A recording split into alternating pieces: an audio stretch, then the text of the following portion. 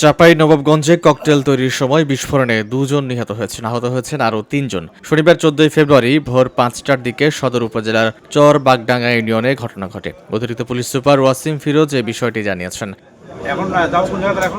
নিহত 2 জনের পরিচয় শনাক্ত করা যায়নি, তবে আহতরা হলেন চাঁপাইনবাবগঞ্জ সদর উপজেলার চর বাগডাঙ্গা ইউনিয়নের ফাটাপাড়া গ্রামের বজলুর রহমান ও মিনহাজ এবং একই উপজেলার রানীহাটি ইউনিয়নের উপর ধুমিয়ে এলাকার মোহাম্মদ শুভ।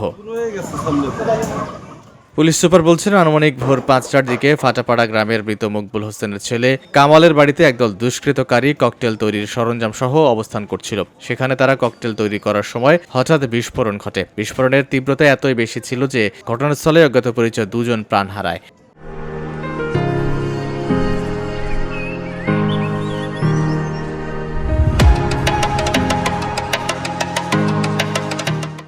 নিহতদের মুখমণ্ডল বিকৃত হয়ে যাওয়ায় তাৎক্ষণিকভাবে তাদের পরিচয় শনাক্ত করা সম্ভব হয়নি। এছাড়া বিস্ফোরণে গুরুতর জখম হওয়া 3 জনকে স্থানীয়রা উদ্ধার করে দ্রুত চাঁপাইনবাবগঞ্জ আধুনিক সদর হাসপাতালে নিয়ে যায়।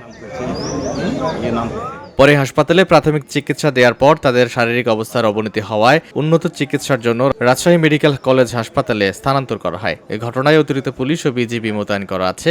এলাকার পরিস্থিতি বর্তমানে স্বাভাবিক আছেও বলে জানান তিনি। Beauty Bangla news desk.